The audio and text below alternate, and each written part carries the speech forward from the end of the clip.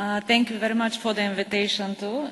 It's my great pleasure to be here and to be your speaker, and especially after so important and interesting presentation on such hot topic like neuroinflammation. But during the discussion, something became clear for me, that even the most measurable things, sometimes we're not able to use these measures to identify this in the clinical point of view. So my topic will be also something unmeasurable, untouchable, and something which could be present, which could be not, and which could be present and not at the same time in most of the psychiatric patients, and this is insight. I will focus mainly on the insight as a whole, but also a very hot topic, insight in bipolar patients. The focus of this presentation will not be the psychoanalytical insights, the insight all of us we have, to a greater or to a lesser extent, into our own attitude, motives and behaviors. The focus will be the insight in patients with serious mental illnesses, which they have or hasn't into their condition. And several decades ago, insight was considered present or not present. Present in all mental illnesses except psychotic patients, which was strongly considered that this is part of the disease, that there is no insight. But this is not true, and insight is not a yes or no phenomenon. It is more complicated. In the past 10 years, there have been more than 200 studies studying insights in such patients, because this is a serious issue. Sorry for the pharmaceutical companies, but no matter with what kind of treatment we treat our patients, no matter how efficacious or how well tolerated the treatment is, one of the two predictors of compliance towards the treatment is not the medication, but it's insight. So insight is the first predictor of compliance, and the second predictor of compliance is social support system. So having family, having work, having friends is the second guarantee for success, for our success as psychiatrists. It's very logical to assume that patients with good insight will have good compliance towards the treatment process.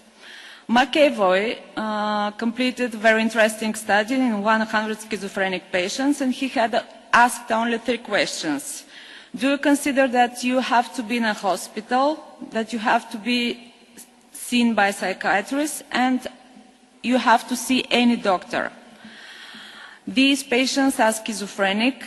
Only 31, so 1/3, answered yes, partially insight, to one of the questions, and half of them adhered to their medication. From the remaining 69, so insightless patients, 12 took the medication. So how this becomes true, how this is possible? According to the study, awareness of the signs and symptoms of illness is fully present in about a quarter of the patients. So only 25 of our patients are aware of their signs and symptoms. Moderately or intermittently present in another quarter, so another 25%, and missing fully in half, in 50%. Dr. Amador, who is one of the leaders in the research of insight, said that denial of illness does not itself indicate bad judgment. If you are not ill, then taking medications which have side effects and might harm you is not a bad judgment, but it's a common sense. So what insight means? It's understanding of a specific cause and effect in a specific context. It could be like Eureka process. It could be a result of acute observation, deduction, and perception, or it could be introspection, or it could be intuition too. Should we consider this sudden insight we often observe in our clinical practice? In fact, when people get better, they often stop their medication. And very often, especially in the hospital settings, we see that patients are seeing the light and acknowledge their illness to the doctors and family members. Is it possible? At least we should really be aware of that patients may acknowledge morbid change, but this is not sufficient to be considered insightful, because pseudo-insight in the patients merely repeat overheard explanation or means that the patient should want to be admitted from the hospital. We think that insight is something secondary to the improvement. If we manage to improve the positive symptoms, so to decrease the positive symptoms, this will lead automatically to becoming more insightful for the patients. In fact, this is not true. And in many studies, this is shown that although improvement in insight was observed with treatment, that improvement was neither universal nor complete and dissociative from the improvement of symptoms. There are many scientists working on insights starting from the early 30s, then controversial different topics and different point of view. Some stated that insight is utmost clinical importance and which cause utmost confusion. Some denied this and discarded this as a concept of limited value.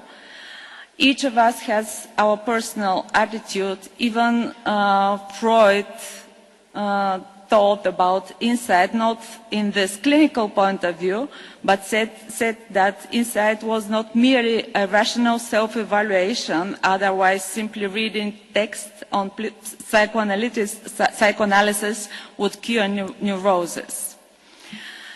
Nowadays, we have a multidimensional model of insight, and first it's awareness of suffering in a general way from mental illness, which is the opposite of a physical one, and acknowledgement that some medical measures should be taken, and this is seen like 5 different grades of insight, starting from complete denial of illness to the true emotional insight, which leads to emotional awareness of internal motives and feelings within, of underlying meaning of symptoms, and whether this awareness leads to changes in personality and future behavior. This is the most essential part.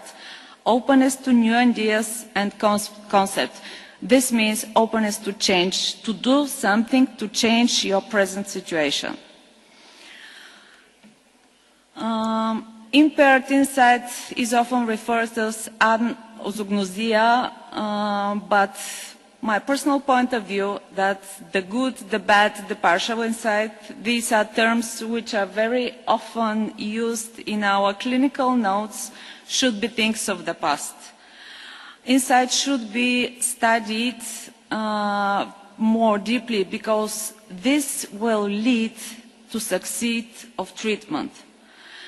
Does this vary? Does the insight vary from moment to moment as the illness evolves? Because if you think of real people, real patients, you will see that many of them have severe psychosis, for example, and they still don't stop their treatment. And there are many patients who are almost non-symptomatic and that don't have insight at all, so no compliance and no participate in the process of the treatment. How fixed the insight is. So is it fluctuating or it's fixed and stable? Does the illness awareness lead inevitably to treatment adherence, or there is no such connections? Because very often patients are suffering from their symptoms, but this doesn't automatically mean that they would adhere to treatment. Do the patient actions indicate some awareness of their illness as opposed to their overt statement? So insight should be stated and studied longitudinally, very strict through monitoring in different settings from different people. Insight is something extremely interesting. I've seen this many times in the hospital I used to work, in fact, trying to admit a patient. He's saying, I don't want to be in this room with this patient. He or she is so crazy, I'm not, although both are psychotic at the moment. Startup discovered a close to normal ability of patients, schizophrenic patients, to recognize the symptoms of mental illness in the others, tested by case vignettes. But this was in stark contrast to their impaired awareness of illness in themselves. So these patients are able to see the symptoms in the others, but they are not able to see the symptoms in themselves. Why this is the fact? In the insight, topic of insight, there are two main questions. Why? And this is looking inside in the internal motives and behavior and motivations, and the judgment part, which is looking out and having feedback from the others, from the other's perspective, and receiving this feedback. Where insight lives, because the previous two presentations were very specific about very measurable topics and things in the brain. In fact, it's not known where the insight lives. There are three main schools who consider insight as part of different phenomena: the psychological defense model, the cognitive deficit model, and the neuropsychological deficit model. I will just say one sentence in each. The psychological defense model assumes that failure to recognize a psychiatric illness is a conscious or subconscious defense mechanism. So it was suggested that poor insight may be a psychodynamic coping mechanism to reduce anxiety and depression after. And there are many publications, in fact, that schizophrenic patients, after acute episodes and having a good insight, have increased risk of depression and commit suicide more oftenly than insightless patients. So maybe insight is really a part of this model. The other model which is proposed is the cognitive deficit model. It is really connected with the schizophrenic patients, and it suggests that the poor insight is a result of progressively degenerating cognitive function over the course of illness. But what about lack of insight in the first psychotic episode? Are there such patients? Yes, there are. So maybe this is model explaining part of the problem in some of the patients, but not in all. The third model is the neuropsychological deficit model, and this is connected very closely with anosognosia, which is a neurological deficit, but in fact very connected with the insight, very similar to insight, that both types of patients have a strong desire to prove their own assertions and as such invent confabulations to explain away pathological symptoms. So, as everything in psychiatry, there are different scales and measures. In fact, they are mostly done to measure insights in patients with schizophrenia. And they are not adapted to measure the insight in more normothymic, euthymic, or patients with affective disorders. What about bipolar patients? Bipolar disorder is something between affective disorders, purely affective disorders, and psychotic disorders. It is very often overdiagnosed or underdiagnosed. It is very contradictory in treatment, in diagnosis, in dimensions, in borders. So there are different challenges in terms of bipolar patients. What about comparing bipolars and schizophrenic patients? Diaz found that insight was impaired in 60% of remitted bipolar disorder patients. So can you imagine that 60% of the euthymic patients with bipolar disorder have bad insight? Varga compared insight in patients suffering from bipolar disorder and schizophrenia and found that overall insight in both groups was above the same, with slightly better symptom awareness among the bipolar disorder patients. So, illness recognition is something that which can be compared, and in both groups, schizophrenic and bipolar, was shown case vignettes, showing different examples of positive, negatives, and manic psychopathology, and they were compared. On the admission, patients with schizophrenia rated themselves as significantly less similar to the positive symptoms vignette than the psychiatrists rated them.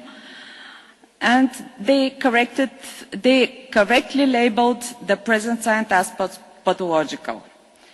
The mania patients, but differ from the psychiatrist ratings, and they strongly denied that the vignettes with manic symptoms reflected any mental illness. So it's likely that at least in some cases, apparent lack of insight in bipolar patients could be determined by the reluctance of the patients to admit having socially undesirable characteristics. In mood swings, of course, insight is swinging also. Of course, depression connected with more suffering is connected also with more insight, and mania not so strongly. But there are some studies, although small groups, where insight is impaired in the neurotic states like OCD or in anorexia, and also insight is compared in anxiety disorders too, when patients doesn't want to accept that this is panic attack and this is a mental disorder, and they prefer to visit cardiologists, gastroenterologists, endocrinologists, and look for the physical illness because this is more acceptable. I said already that depression is more insightful state, but what about mania? It is shown in the studies that the more agitations and anxiety is present, the less insight the patients are. So psychomotor agitation and the degree of dysphoria are guarantee for bad insight. Not hedonic drive, not sexuality, but dysphoria. In bipolar patients, emotional recognition is impaired, so they cannot have the good feedback from the others about their behavior and what they're doing at the moment, and maybe this is part of the explanation why bipolar patients have so poor insight closely to schizophrenic patients. What about IQ? Many of us expect that patients with higher IQ will be more insightful than patients with less IQ, and this is not the case, this is wrong. A possible post hoc explanation of several studies states that the patients with a higher IQ may be more critical and more likely to question the advice of the treating psychiatrist, and more likely to set their own standards with regard to the treatment of their symptoms and their diagnosis and their state too. So IQ is negatively correlated with the insight. Here in this slide there is one important thing. Moderate denial of illness is noted in almost 60% of the subject during mixed manic episodes, 35% during depression, and 22% during euthymia. So this is very important to be known that bipolar patients are insightless in most of the episodes. What about the culture? Because culture is something extremely important. Culture as coping mechanisms, as a generation of coping mechanism is extremely important. So while patients with Islamic background prefer religious practices, native British patients are engaged with more psychological methods such as sport, using alcohol and taking medications, but not the prescribed one. So their own medications. So culture should be considered important in terms of insight. And what about family? Because culture and family are also extremely important. The family is a potent transmitter of all values. Very few are studies who has shown some, have looked at this relation, although clinically this is a relation of great importance, because the attitude of the patients towards the disease is something which reflects the attitude of the family towards the disease, and both are extremely interconnected. So, in fact, studying the significant other and studying the insight in family members, they discovered that in most of the cases, poor insight in the patient is very interconnected with poor insight in the family members. So if we have to plan in a excellent day, a really efficacious strategies for treatment of bipolar disorder patients, we should plan to develop insight in their family members too. And I will finish with this slide, that insight is something like a Schrodinger's cat, which is a reflection of subjective reality of each of us. It could be dead, it could be alive, or it could be dead and alive in the same patient and in the same moment. The observer is changing it, and it's very important to make the observation. So thank you for your attention.